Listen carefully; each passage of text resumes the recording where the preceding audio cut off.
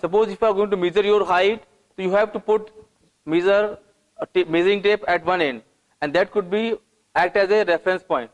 So when we are going to define movement, quality of movement, nature of movement, excursion of movement, we should have a reference point.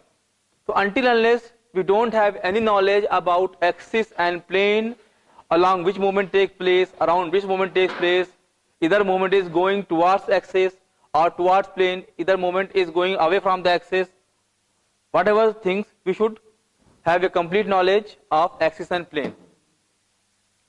First, we should know anatomical terminology. First is, and most important is, anatomical position. When you are going to differentiate between normal and abnormal, first you should know what is normal. So until unless we don't know what is normal, we cannot say it is abnormal. So anatomical position is a position which we can say this is a normal position of an individual. Anatomical position is a specific body position in which an individual stand upright with feet parallel and flat on the floor. Should stand upright, your hand should be parallel, your foot side the body, tongue, your feet should be parallel. This is your anatomical position. Your head face forward, eye should be straight, not like this, not like that. The head is leveled and the eyes look forward toward the observer. When you are talking to someone, should have eye to eye contact. If you are seeing up or down, it is not your, it means your anatomical position is going away from your normal alignment. The arms are either side of the body with the palms facing forward and the thumbs pointing away from the body. And we all know we can perform anything, any movement, any work effectively when we are doing that work with the normal alignment and structure. When there is any abnormality in that alignment and structure, the movement, the quality of movement, the excursion of movement can be deteriorated. So it is very important to know for us, we should have a complete comprehension of axis and plane. First, we will discuss some terminologies which is used to define the body position in a space. First is anterior, towards or on front of the body, in front of. Anterior mean front. Anterior mean front. Something which is ahead is known as anterior. Something back is known as posterior. When we are talking about body, the front position is known as anterior part and back is known as posterior part. Suppose if you are putting two finger here, this is anterior finger and this is posterior finger. When you are putting three finger, the middle will be anterior to last one and last will be posterior to middle one. So it is the reference of position. Something which is superior at one time or anterior one time can be posterior with reference to other things. Suppose posterior towards or on the back of the body, behind. Anterior mean front, posterior mean behind. The rhomboids are on the posterior aspect of it. These are the rhomboids muscle, they are on the posterior aspect. These are the pectorals, they are anterior. So how they are going to help? When we are going to study about the muscle, and literature is saying that pectorals are originated from the anterior aspect of the sternum. It means we are able to, by getting literature, we are able to locate that origin from our body. It is anterior. It is anterior sternum. Same as in the case of posterior, where rhomboids are. We are giving example. Superior mean towards the head or upper part of a structure, above. Head is the central of whole body. It is the master of body. So we counted it as a reference point, and we measure anything with the reference of head. Superior mean the humerus is superior to radius. See, this is the radius. Humerus is closer to head in comparison to radius. Same as radius is superior to your phalanges. So radius will be superior to phalanges, humerus will be superior to radius, shoulder joint is superior to humerus, and neck joint is superior to. So we will measure these things with reference to head. Which is closer to head will be superior, which is away from the head is inferior. Next is inferior, towards the lower part of the structure, below. The tibia is inferior to femur. This is the femur and tibia. Tibia is below the femur, that's why it is termed as inferior. Medial, towards or at the midline of body inner circle. Which one is toward the center of gravity? Center of gravity is somewhere here, near the S2. Which is going toward the midline? Suppose, which is going towards the midline is medial, and away from midline is lateral. The adductors are on the medial two abductors. This is the adduction. You are trying to add your food toward the mid side. This is adduction. And when you are trying to go away from the midline is abduction. This is medial movement and this is lateral movement. Lateral, away from the midline of body, outer side, the abductors are on the lateral aspect of the leg. Medial aspect mean which is towards your body, mid side of the body. Lateral aspect mean away from the mid side. Proximal and distal, there are two other important words. Closer to the origin of point of reference. I have told you I have always counted head as a reference point, and which one is closer to your head or origin will be proximal in comparison to other which is farther from the origin or your reference head. Distal is the further form of origin or point of reference. The foot is distal to knee. You can see foot is distal to knee. Now we will discuss about planes and axis. What is plane? Plane is a surface in which movement takes place. Plane is a perpendicular surface that divides the body into two equal halves. Suppose you can see that box. This is plane. This is a plane, frontal plane. This is the sagittal plane. This is three-dimensional structure. This podium is a three-dimensional structure. This is the frontal plane.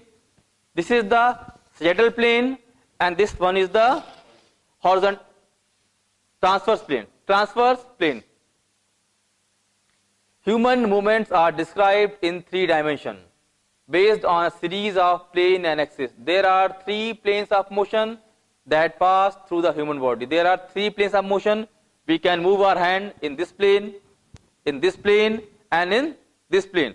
So because human body is three-dimensional structure, so we have three-dimensional movement at different joint. We can move our body part in three direction. So it is important for us. We can be able to differentiate which movement is taken place in which plane and axis. There are three important planes of sagittal plane. I have already discussed. Sidewise, sagittal plane. How can we classify these planes? We have different suture in. I have told you head. We counted head as a reference point, and skull has some sutures. We will discuss in joint.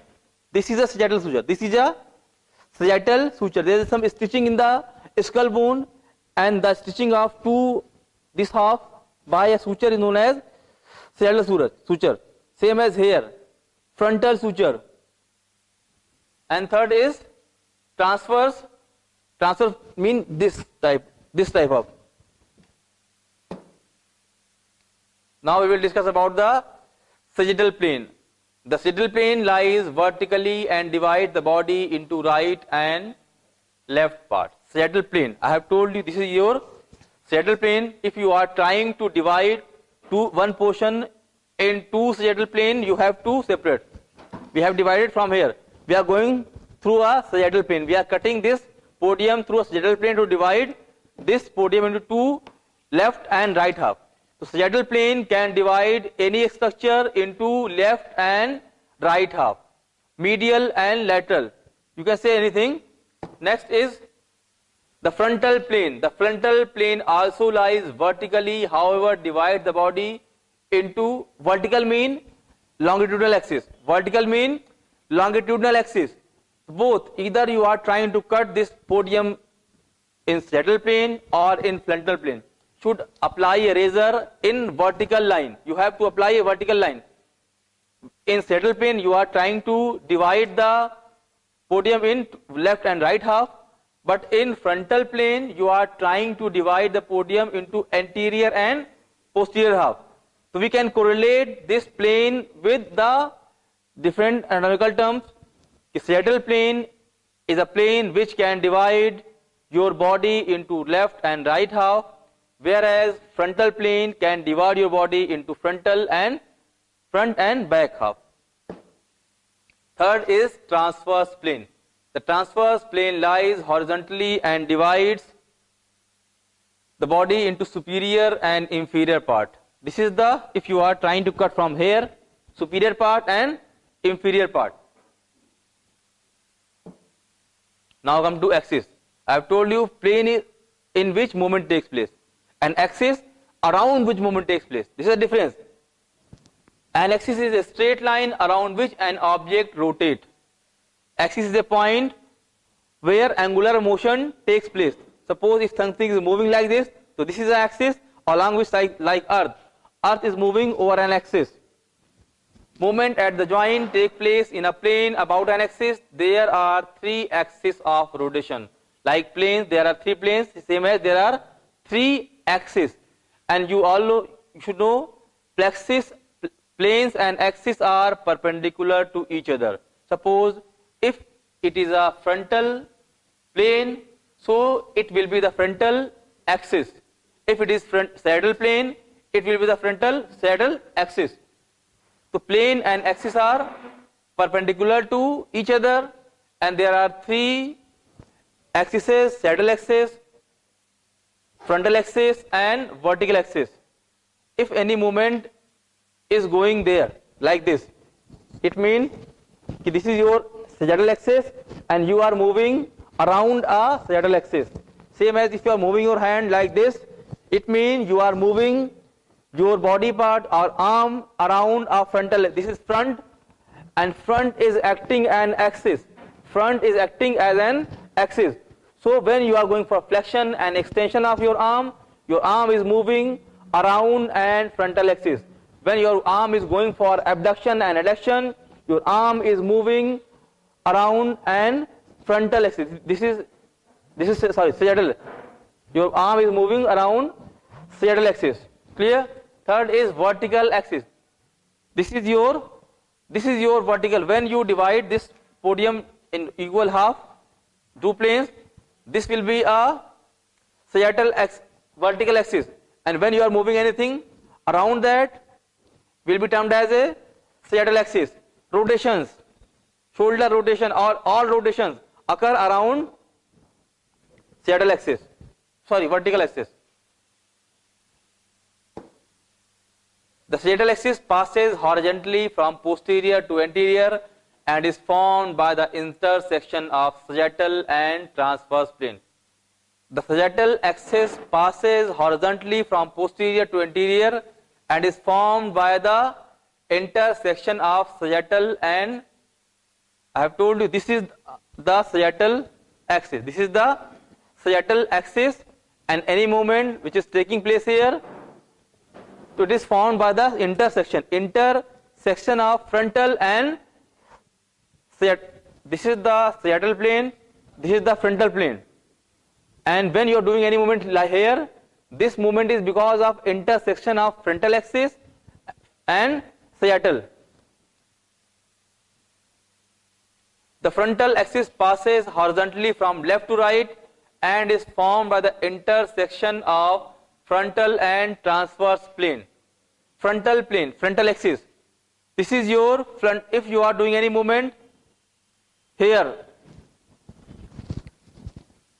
you are doing movement in sagittal plane but over frontal axis. See, I am doing this movement in frontal axis, frontal axis and sagittal plane. So there is a intersection of frontal plane and sagittal plane. It is formed by intersection of both planes. Third is vertical axis passes vertically from inferior to superior and is formed by the intersection of sagittal and frontal plane. This is your sagittal plane and this is your frontal plane. So all axes formed by the intersection of sagittal and frontal plane. Any movement is going up and down, superior and inferior, is occurring at vertical axis. Now we will try to explain all these axes and plane with some examples. Plane. First is sagittal plane. Motion is flexion and extension. When you feel this is your flexion and extension. Flexion and extension. It is parallel to. Plane is always parallel. Axis is always perpendicular. When you are going for flexion and extension, this is always parallel to sagittal axis. Whereas abduction and adduction are always parallel to frontal plane. And transverse, internal rotation, external rotation, horizontal flexion. This is your horizontal flexion and extension. This is your horizontal flexion and extension. This is your transverse plane, horizontal flexion extension or rotation. They are horizontal flexion and extension. They are the example of transverse motion. Axes are sagittal axis, sagittal plane and flexion and extension. Plane is sagittal, axis is 1 minute. Flexion extension is in sagittal plane and frontal axis. There's some mistake here. Sagittal plane flexion and extension motion is in sagittal plane and frontal axis. Same as abduction and adduction is in frontal plane and sagittal axis. Frontal plane and so it should be interchange. It should come here and we will correct it. And third is rotations. Rotations are in transverse plane and vertical axis. It should be in transverse plane and vertical axis. Example, walking, squatting, overhead press. Walking means when you are walking, squatting. So you are going for flexion and extension. Flexion and extension of. So your walking is in sagittal plane and frontal axis. Whereas stairs jump, lateral arm raise mean this is lateral arm raise, abduction. And same as throwing, you are going for rotation.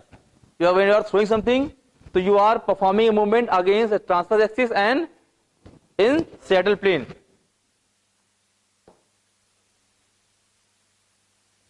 Movement in sagittal plane about the frontal axis. Movement in sagittal plane about the frontal axis. See, first is extension and flexion. I am trying to describe these terminology with the help of example in body. First we will discuss about extension and flexion. Extension and flexion are the movement which are performed in sagittal plane and frontal axis. When you are moving this, the axis is front, axis is this and plane is this. Second is, you can see all the figures, extension, flexion, extension of neck, flexion of neck, shoulder, flexion of feet, extension of feet. Movement in the frontal plane about the sagittal axis. Movement in frontal plane about the sagittal axis.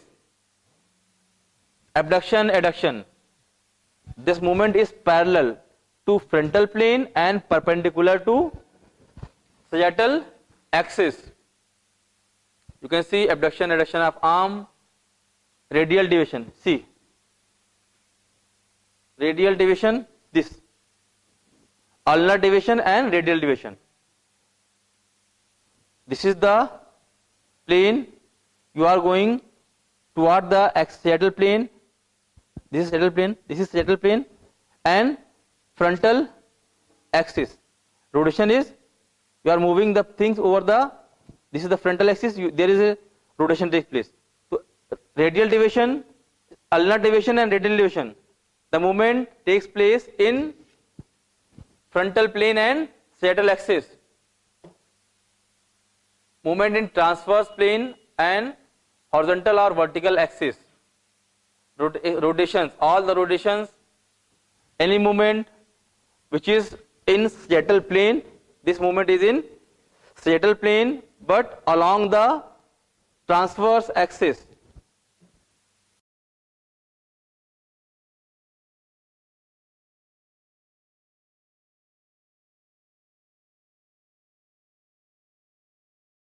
We have discussed about the basic principle of basic mechanics, how we can use these mechanics for description of movement, and how we can maintain the quality of movement, how we can train the motion with a specific knowledge of all these principles. But where movement takes place, okay, the main component involved in movement. Now we are going to study something about that structure which is personally taking part in movement. Those are the physiology principle, but now we are going to study something about the integrity, identity of that structure which is personally going to take part in performing some movement. We will discuss about types of bones and joint. Classification of bone. We can classify bone on different basis. Even anything can be classified on different basis according to shape. First, we are going to classify bone according to shape.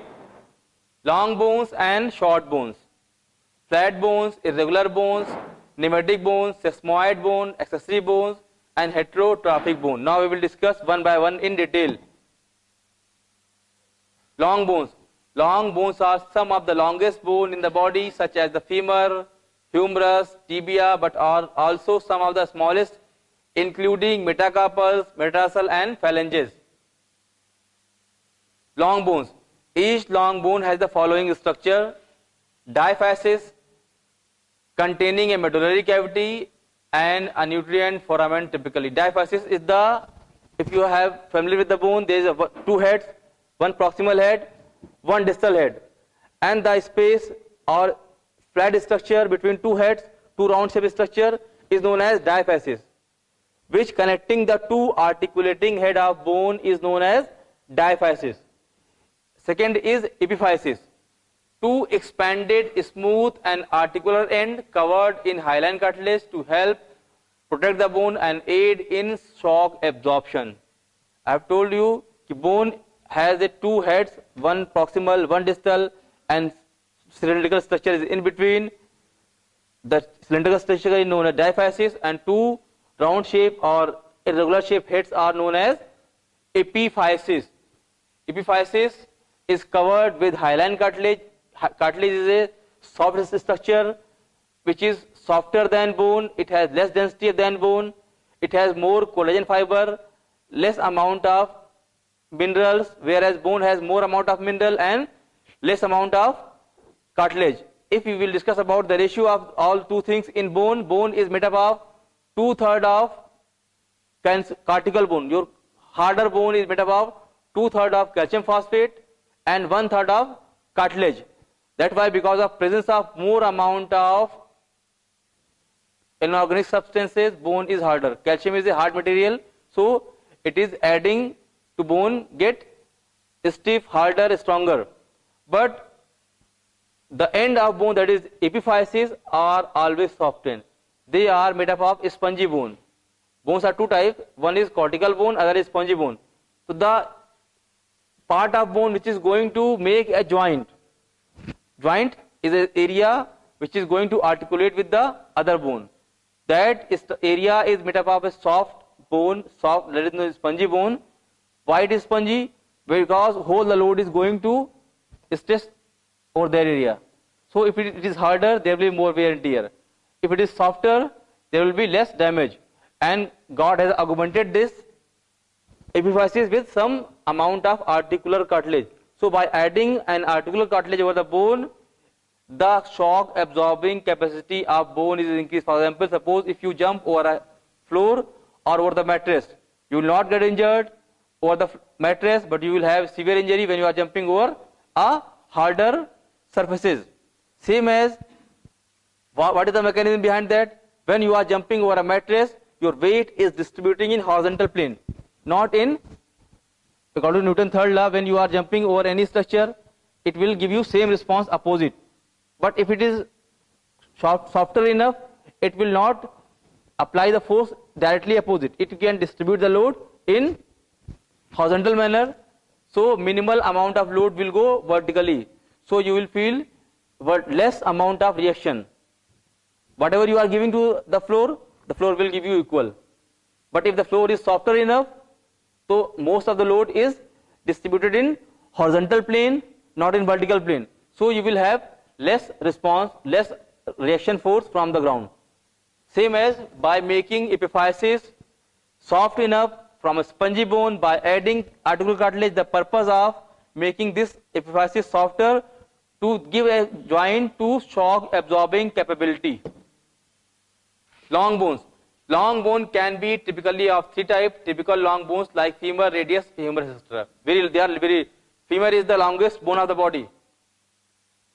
First, you can see the structure of bone, the two round head, upside and down condyle. Condyles and the head of femur is known as made up of epiphysis. That is known as epiphysis. They are going to articulate with the other bone. They are going to sustain under large load. And the cylindrical structure, mid structure is known as diaphysis. And where epiphysis and diaphysis meet, they are known as, the area is known as metaphysis. All prominences are known as metaphysis. Long bones. Miniature long bones having only one epiphysis like metacarpals, metatarsals and phalanges. As we have seen in long bones like femur, humerus, tibia and fibula, they have two epiphyses at both ends. But some long bones which are shorter, they are looking long but they are short like phalanges, metacarpals, they have only one epiphysis.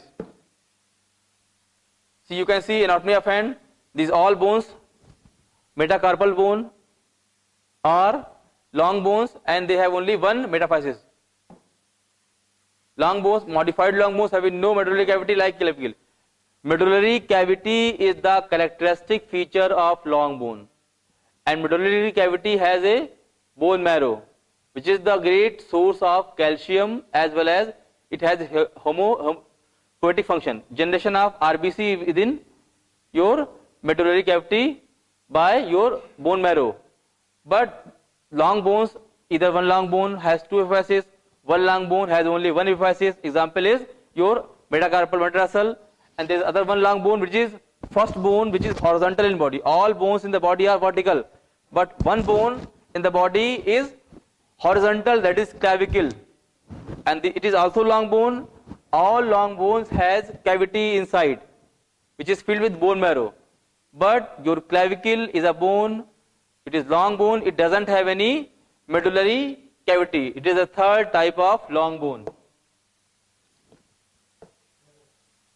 Short bones. Second classification of bone is, we have discussed about long bone, now come to short bones. They are approximately as wide as they are long and have a primary function of providing support and stability with little movement. The main function of long bone is bearing load. The main function of long bone is bearing load and provide leverage to your body and movement. But short bones are mainly for stability and structure. They can form structure, they can give you a structure, your body shape. They consist of only a thin layer of compact hard bone with cancellous bone on the inside along with a relatively large amount of bone marrow. Short bone or flat bone, they are having thin layer of compact bone. I have told you before that bones are two types, cortical bone, spongy bone. Cortical bone are harder in nature, they have more amount of calcium phosphate, whereas softer bone or spongy bone, they have Harvesian canal, air bubbles. So these flat bone, they have less amount of cortical portion and more amount of spongy portion. The main function of these bones are giving you stability and giving you more support, bone shock absorption, as well as they are great source of bone marrow formation. Short bones. All the foot bones except metacarpal and tarsal phalanges like calcaneum, talus, navicular, cuneiform, all are short flat bone. Small bone of that is metacarpal. You can see all the bones. They are strong flat plates of bone with the main function of providing protection to the body's vital organ and being a base for muscular attachment. Flat bone as a scapula. You have seen a scapula as well as your pelvis bone. ilium, ischium and pubis, they are flat, but number of muscle are attached there. Scapula has given origin to number of muscle as well as insertion. All the shoulder muscle which are controlling your scapulothoracic motion is controlled by, or all the muscle are originated by your scapula. They are flat bones. Same as your gluteal muscle, your back muscle, all are inserted over the pelvis. They are giving strongest, the greatest muscle or largest muscle mass of the body is gluteus maximus, which is inserted over the pubic bone. Same as all rhomboids, serratus anterior, all the bones, sternum. Sternum is the example of flat bone. Your pectorals all originate from your flat bone. So flat bones, they are larger in size, they are broader, they are having broader areas, and because of broader areas, they can give origin and insertion of number of muscle, and muscle are the main dynamic stabilizer. When more muscle are there, so they indirectly these bones are playing more important role in the stability and function of your movement and posture. Anterior and posterior surface are formed of compact bone to provide strength for protection with the center consisting of cancellous bone and bearing amount of bone marrow. The main function of these flat bone are giving attachment to very important muscle, but along with giving attachment, when they are giving attachment, they are having full control over body by their muscle actions. Along with that action, they are producing some amount of bone marrows. These are the example of flat bone. Ribs. Ribs are example of flat bone. And whole rib cage is giving a protection to your most important vital organ. But imagine if you don't have a rib, what happen? If someone anger to you, put a finger and damage your heart. But because of your rib, nobody can approach your heart, nobody can approach your liver. So this rib cage is acting as a protecting barrier, boundary for your most important vital organs like heart, kidney, lung, liver, etc., etc. Now come to irregular bone. These are bones which do not fall into any other category due to their non-uniform shape. Like we have classified flat bone, short bone, long bone, but these are irregular bone. They primarily consist of cancellous bone with a thin outer layer of compact bone. Vertebral column, the most important bone of our body. The main function of vertebral column is giving protection to your spinal cord. What is spinal cord? Spinal cord is the extension of your brain. Brain is sitting here, but it is controlling whole body. Like boss is sitting in the office, but he has full supervision over all of his staff. So unless you don't have any contact with them, he cannot control them. That's why brain is sending spinal cord to different areas by different sensory motor nerve and having full control, voluntary as well as involuntary control over the different body parts. But it is the vertebral column, vertebral bones which are giving protection to the spinal cord. Like other bones, why your vertebral column is not regular? Why it is irregular shape? Because spinal cord is a very important structure, and if it is not a spinal cord is not a solid, it is like a gel-like material, grey matter, white matter, not solid, not liquid, like jam, something like jam. So when anyone is trying to approach the spinal cord, any minor trauma can damage your spinal cord, and when you will damage your spinal cord, you can get paralyzed. Paralyzed means you will lose your full control over your muscle, and when you lose your full control over muscle, you cannot walk at all. And movement is a very important function of human body. I have discussed you earlier, because without movement, man is dead. What is health? Health is the physical, mental and social well-being. And when we are not socially active, we are not healthy. And how can we be socially active? When we are moving. When we are not moving, we will be dependent on others. So why God made this vertebral column, vertebral bone irregular? It has anterior vertebral body. It has anterior vertebral body, then posteriorly spinous process, along spinous process, then lateral side transverse process, lateral medial lateral to medial, facet joint. It means कि if anyone is trying to approach your spinal cord or damage your spinal cord, there should be a barrier from every area. Anteriorly, your body. Posteriorly, spinal process. Laterally, transverse process. Lateral medially, facet joint. So you cannot approach spinal cord from any direction. That's why God has made this vertebral column bone very irregular. This is the first function of your vertebral column, why it is irregular. Second, I have told you this bone is mainly made up of spongy bone. When you see the vertebral bone, you can see the diagram, body is looking like some porous structure. Whole body is made up of spongy bone, because in everyday life we are subjected to highest compressive loading. We all are some laborers. We all are bearing some weight, our body weight as well as some external load. If these bones are made up of cortical bone, what happened? Because of excessive stress, we all know what is the mechanism of failure. When you put any excessive load over any area, it can get fatigue and tear. So when this bone is made up of spongy bone, it has capability of shock absorption, and because of spongy in nature, they can distribute load not in vertical direction, they can distribute load in horizontal direction, and by distributing load in horizontal direction, they can prevent itself from getting damage. First thing. Second thing, if it is made up of cortical bone, what happens? When you produce fracture, because of fracture displacement, the bone can move from there, and because of movement, it can damage the spinal cord, and patient can get paralyzed.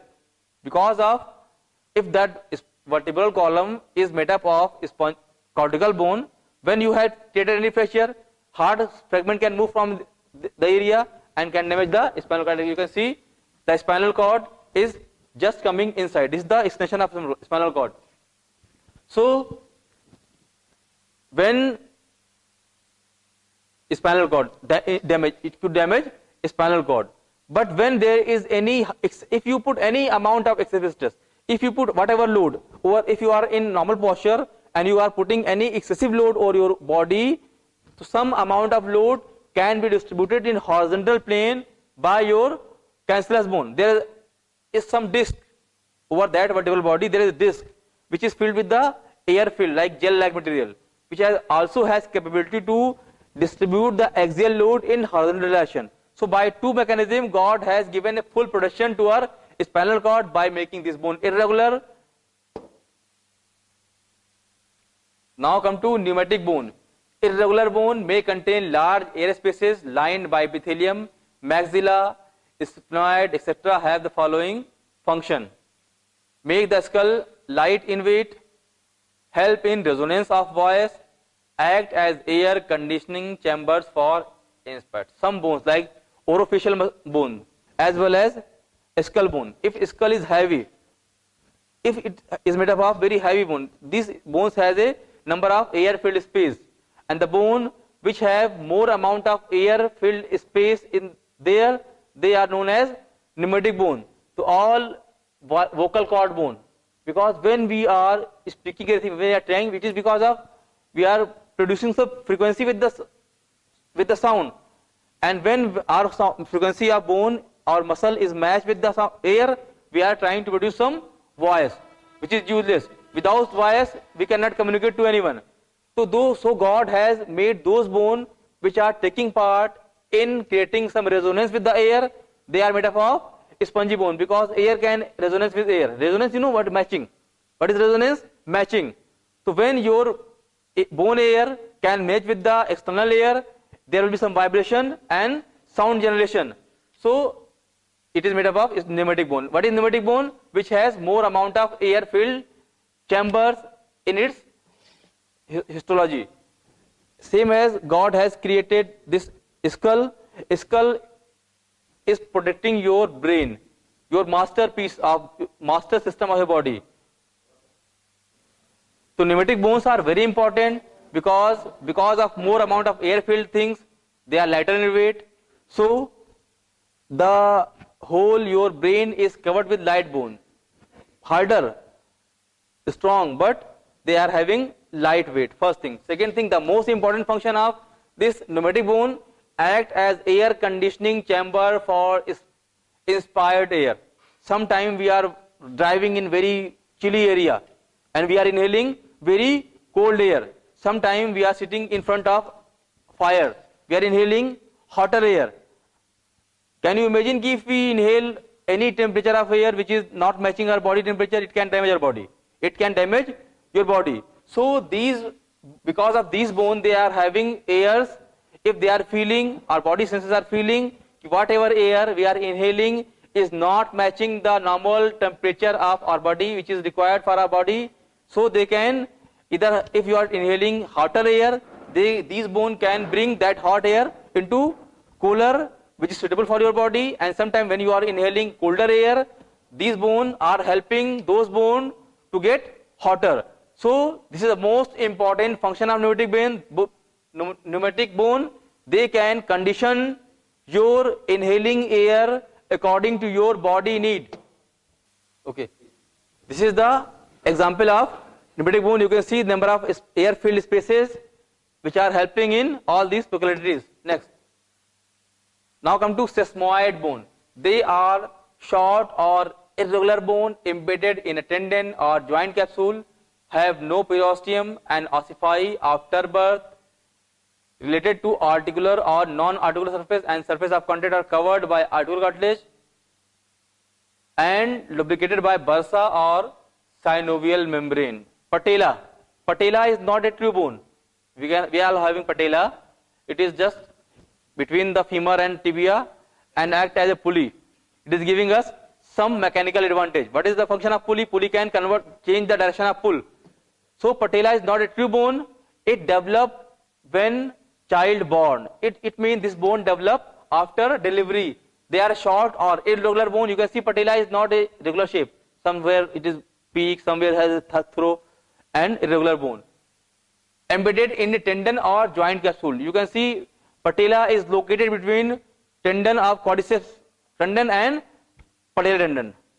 Superiorly, here is the patellar tendon and here is a quads tendon, and patella is controlled by both tendons. Have no periosteum and ossify afterwards. Periosteum is the outermost layer of the bone, which bring bone smoothness. Shining of the bone is because of periosteum. But patella, if you see patella, it doesn't have periosteum. Related to articular or non-articular surface, and surface of contact are covered by articular cartilage and lubricated by bursa. There are we have only two sesamoid bone in our body. First, you all know it is a patella. Second, we have very small sesamoid bone near the first MTP joint. First, it is near grade 2, first 2K, there is a sesamoid, two smaller round shape sesamoid bone. Both bones are working as a pulley. Patella is acting as a pulley for knee joint, whereas sesamoid bone of the first MTP joint act as a pulley for plantar fascia. Plantar fascia is a structure which is giving a shock absorption capacity to foot. You can see you have either whatever your body weight you have, 100 kg, 200 kg, but your feet is only maximum 6 to 8, 10 inch, maximum, or 12 inch, 15 inch. It is not bigger than that. So you can imagine smaller feet is bearing whole of your body weight. Normally the base should be broader. This is the basic principle of stability. The base should be broader and apex should be narrower for proper stability. But when we see the body, our apex is broader, whereas base is smaller. So how this small base is supporting a broader apex? Because of all these things, because of fascia, because of irregular shape of feet, because of number of flat bone. I have discussed you before, flat bones are basically for providing stability. So because foot has more amount of flat bone, one sesamoid bone, some fascias, and they all are acting together as a supporting structure, as a shock absorbing structure. So having a smaller foot, we are able to see the females. Their number is not more than 6. Their feet is not longer than 5 to 10 inch. But they are having weight of 200 kg, 100 kg. They are having broader pelvis, more fats. When you compare female from male, females are having more fat in comparison to male, whereas they are having smaller feet in comparison to male. It means they are bearing more weight with a smaller feet. So how can they bear without injury? They are not having any foot pain. Most of female who are obese, they don't have having any foot pain. They may have knee pain, back pain, but they are not having feet pain because of these structures, these peculiarities, which can augment them to sustain, to bear that large amount of load. Sesamoid bones function: resist pressure, minimize friction. I have told you it as a pulley. The main function of pulley is decrease friction as well as change the direction of pull. Alter the direction of pull, I have discussed. Maintain local circulation because they are covered with cartilage as well as fascia. So they are supplied by bone. Bone are a vascular structure. Bones are the vascular structure, whereas cartilage are the non-vascular structure. Bones are vascular, cartilage are non-vascular. But these bones are not true bones, but they are having circulation. When they will have circulation, the blood will go there. When blood will go there, all the structure adjacent to that bone, they will get nourishment. They are usually present in a tendon where it passes over a joint which serve to protect the tendon. They are augmenting, they are acting as an adjunct for tendon. Femur, patella, patella tendon, tibia. These are the, patella is the example of sesamoid bone. I have discussed you. This is a patella tendon, this is a quads tendon, and both tendons are augmented by a bone. So imagine if there will be a tendon, what happens? Because downside is bone, harder bone, and because of when you are moving your feet, legs like this, your patella is going up and down. Patella is going up and down, and because of, if there will be tendon only, because of repeated friction, tendon inflamed, and person will get tendonitis. That's why God has given us not a bone structure, not a tendon structure. There is something in between. It is not so harder, not so softer. So it is moving properly without having any damage. Accessory and hypertrophic bone. Accessory mean extra bone. We all know we have 206 bone in the body. But sometimes when person has disease, especially in athletes, long runners, they have developed some extra outgrowth of bone. You know what is the mechanism of growth? When you apply any stress, whenever a person has fracture, person think this is the weaker part, I should not use this part because it has fracture.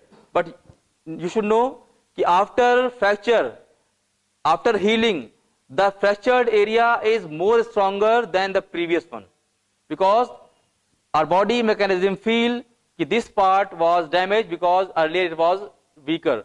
So the next time when body heal it, it will be more hard or stiff structure.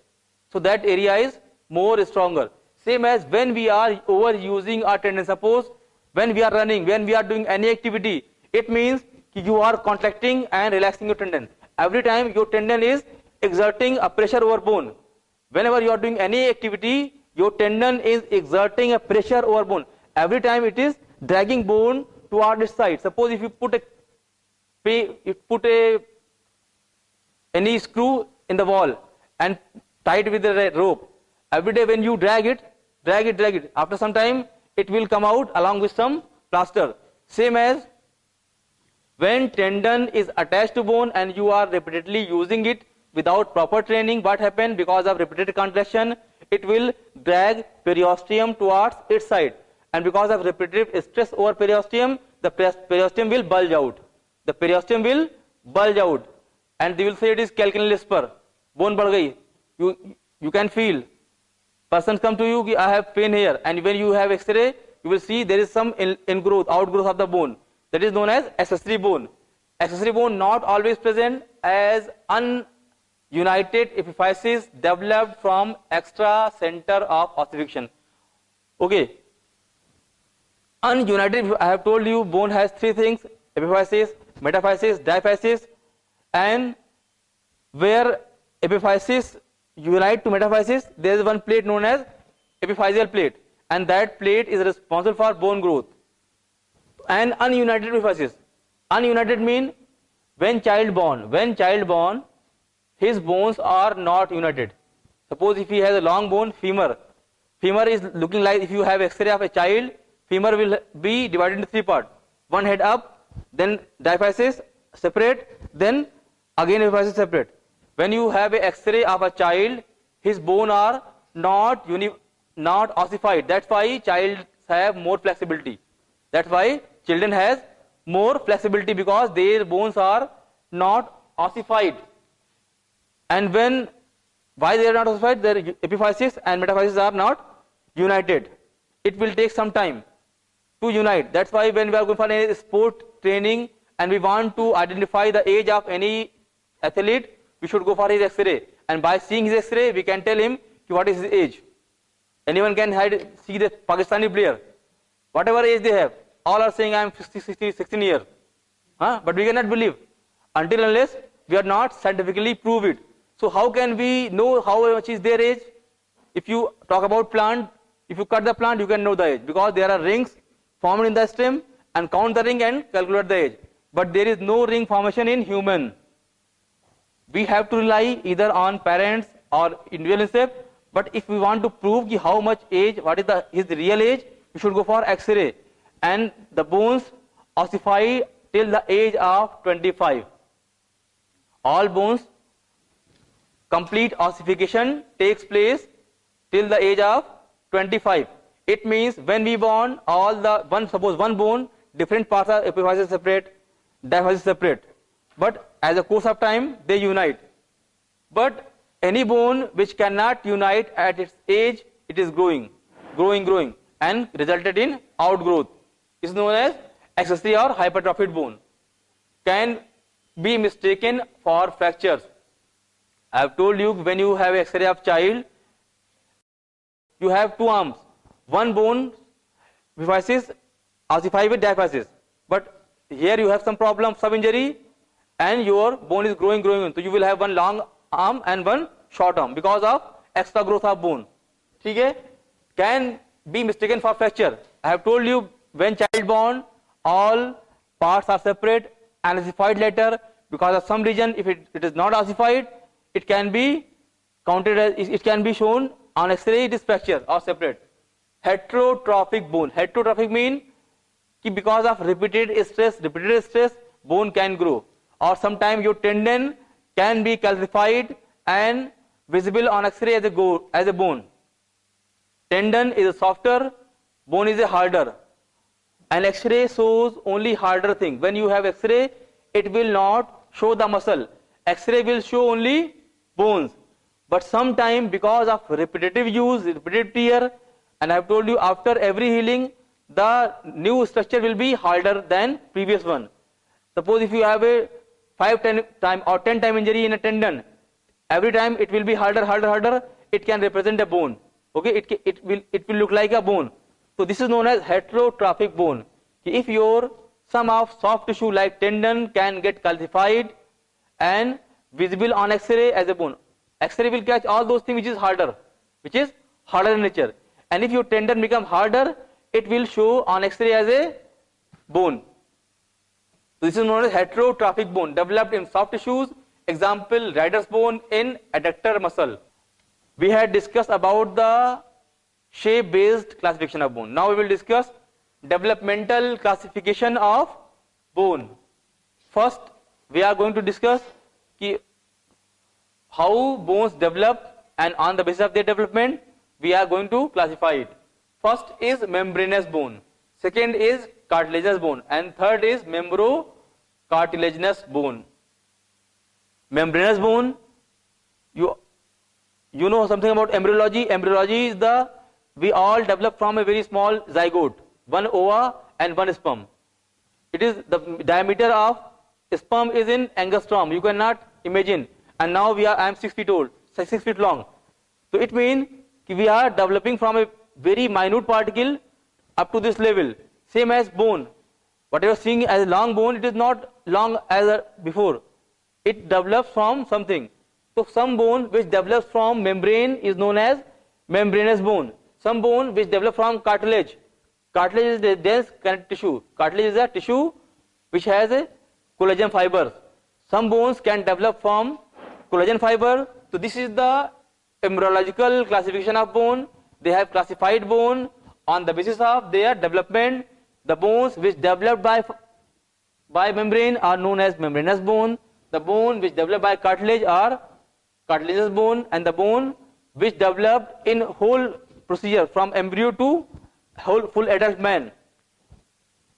Second is somatic bone and vessel bone. Next. First is membranous bone. Ossifying membrane, intramembranous ossification. Ossification mean, what is ossification? I have told you bone is made up of 2/3 of calcium phosphate and 1/3 of cartilage or membrane. Like you are going to build a roof. First you will put some iron bars, then you will put concrete over there. So iron bar can act as a support base or mesh over which you are putting concrete. Same as membrane form a base. Membrane form a base, and when calcium phosphate is get deposited over there, it become harder bone. So any bone which base is made up of membrane and developed as a bone is membranous bone, derived from mesenchymal consideration. We will not go in detail in the about the embryology of bone because it is not topic of your interest, but there are some tissue cholenchyma who those are from science background, they know about the different types of daughter cell or mother cell from where we develop. Cholenchyma, parenchyma, they are responsible for generating different type of tissues. So we will not discuss this in detail, but you should know only that membranes, we can classify bone on the basis of their origination. They are derived membranous, cartilaginous and membranocartilaginous. Example, facial bone, bones of bald or skull. Skull bones are mainly developed by membrane. You are seeing just a membrane and bone, that's why it is flat bone. This bone is developed from membrane. Base is membrane deposited by calcium phosphate. Now come to cartilaginous bone. It means base is cartilage and further deposited calcium phosphate. Ossify in cartilage, intracartilaginous or endochondral ossification derived from performed cartilaginous model. Example, bone of limbs, vertebral column and thoracic cage. The bone which are going to subjected under hard loading, hard stress, they are developed from cartilaginous bone. Clear? The bone which are undergoing less stress, they can develop from membrane. Like you can see two type of roof. One is concrete roof and other is brick roof. Brick roof is weaker. When you are planning for 1 or 2 floor, brick roof is enough. Or when you are planning for 10 floor, should have concrete beams. Same as here. The bone which will in future are going to subjected under high loading, they are developed from cartilaginous base. The bone which are not subjected to high loading are developed from membranous bone. Now come to membranocartilaginous bone. The bone which develop from both membrane as well as cartilage base. Clavicle, ossifying partly in membrane and partly in cartilage. Clavicle, mandible, occipital, temporal, sphenoid. These are the bone which develop from this. Somatic bone. Most of the bones are somatic. Visceral bone develop from pharyngeal arches. Example, hyoid bone, part of mandible and ear. Why they are calling somatic and visceral? So you know somatic, all physical part, all limb, your trunk, your lower limb, they are somatic, body. Somatic mean body, and visceral mean the structure which are made up of smooth muscle. Somatic mean the structure which is made up of skeletal muscle and bone.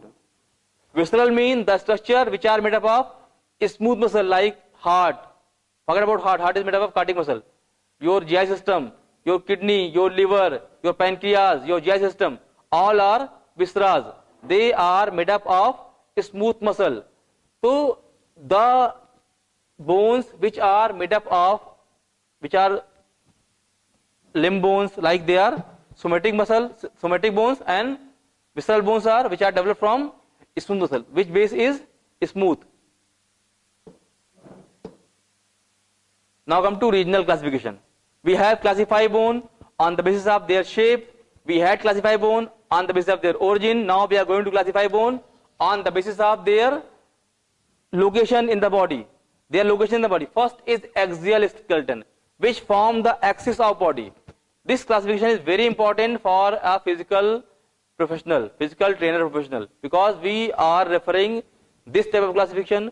Other two classifications are important for doctors or any orthopedician, but this classification is very important for a physical trainer or physical therapist.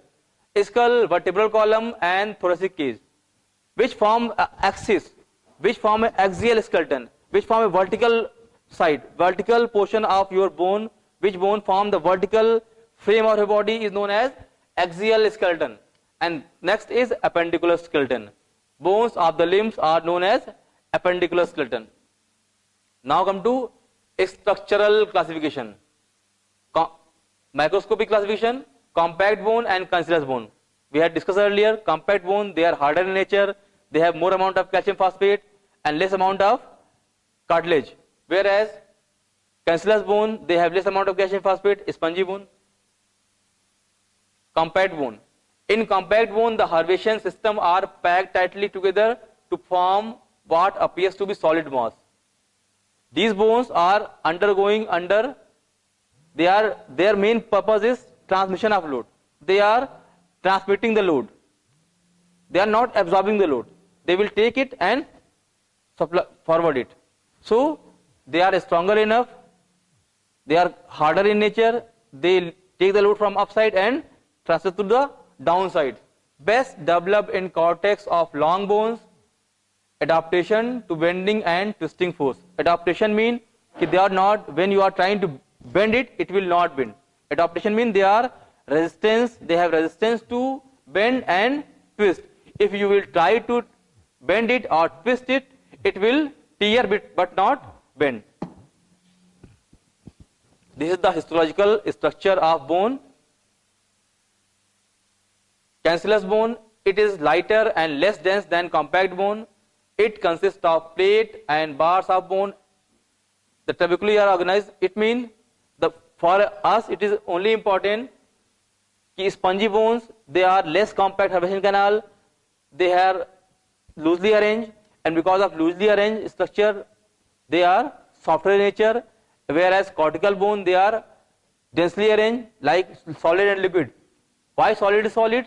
Because the molecules are closely together and the intermolecular forces between two molecules are very close. Whereas in liquid, molecules are farther apart and forces between two molecules are lesser. Same as here, the two hervation canals are densely arranged in cortical bone. That's why they are harder in nature. Whereas in spongy bone, they have proper space, and that's why they are losing bone. The trabeculae, they follow the lines of stress and can realign if the direction of stress change. Now come to cancellous bone. Cancellous bone, greater trochanter group. I have told you before, the structure which is going to form a joint is made up of a spongy bone, or the structure which is forming a diaphysis or shaft is made up of cancellous bone. Microscopic classification: lamellar bone, woven bone, fibrous bone, dentine and cement. Lamellar bone, regular parallel alignment of collagen into sheet, organized in concentric sheet with a much lower proportion of osteocytes to surrounding tissues, arranged in piles. In cancellous bone, these are the peculiarities. Fibrous bone, found in young fetal bone, common in reptiles and amphibians. Fibrous bone mean made up of fibers. They are made up of fibers. Dentine and cement, or teeth, is made up of dentine bone.